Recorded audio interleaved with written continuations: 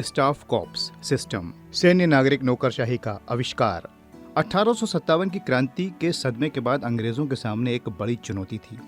अतीत की वरिष्ठता आधारित जड़ता को दोहराए बिना एक विशाल साम्राज्य के लिए अधिकारियों की व्यवस्था कैसे की जाए। इसका समाधान एक क्रांतिकारी आविष्कार के रूप में सामने आया, स्टाफ कॉर्प्स प्रणाली, जिसे 18 जनवरी 1861 को रॉयल वारंट द्वारा स्थापित किया गया था।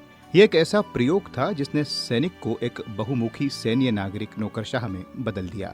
समय आधारित पदोन्नति की नई व्यवस्था। ब्रिटिश सेना के विपरीत, जहां पदोन्नति अक्सर कमीशन खरीदने या किसी पद के खाली होने के इंतजार पर निर्भर करती थी, स्टाफ कॉर्प्स ने समय के आधार पर पदोन्नति की शुरुआत की। एक लेफ्टिनेंट 12 साल के बाद कैप्टन बन जाता था, 20 साल बाद वो मेजर और 26 साल बाद लेफ्टिनेंट कर्नल बन जाता था। इससे कोई फर्क नहीं पड़ता था कि कोई विशिष्ट पद खाली है या नहीं। इस व्यवस्था ने करियर की स्थिरता सुनिश्चित की और रेजिमेंटों के बीच असमानता को रोका। स्टाफ कॉर्प्स का असली जादू और बात का विवाद इसके अत्यधिक लचीलेपन में निहित था।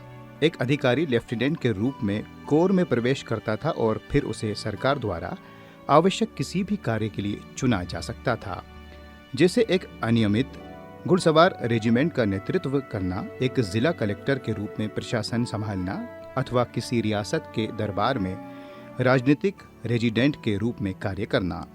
उनका वेतन उनके पद के वेतन और उनके विशिष्ट कार्य के भत्तों का एक अनूठा मिश्रण बन गया।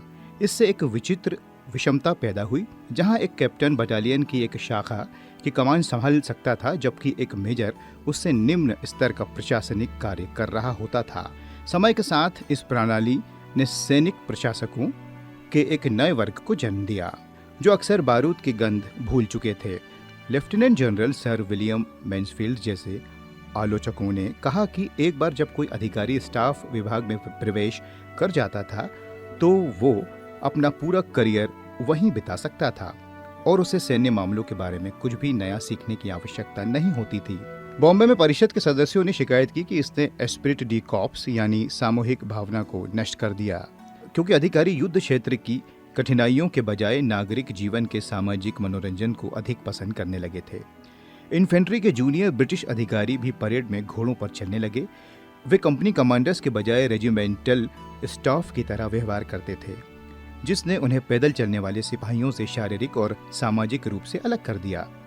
सर हेनरी नॉर्मन इस प्रणाली के सबसे बड़े वास्तुकार और रक्षक बने। उन्होंने आंकड़ों का उपयोग करते हुए तर्क दिया कि स्टाफ कॉर्प्स ने विद्रोह के मलबे से एक सेना बनाने के लिए आवश्यक स्थिरता प्रदान की। हालांकि 19वीं शताब्दी के अंत तक स्टाफ कॉर्प्स को तेजी से अधिक आकर्षक नागरिक नौकरियों के लिए एक बैसाखी या कदम के रूप में देखा जाने लगा। 1903 में शक्तिमान commander in chief Lord Kitchener ने अंततः इंडियन स्टाफ कॉर्प्स को समाप्त कर दिया और अधिकारियों को फिर से अपनी व्यक्तिगत रेजिमेंटों के साथ जुड़ने के लिए मजबूर किया। फिर भी सैन्य नागरिक संकरण की ये विरासत ब्रिटिश राज का एक आधार स्तंभ बनी रही, जो उस युग को दर्शाती है जहां तलवार और कलम दोनों एक ही हाथ में थे।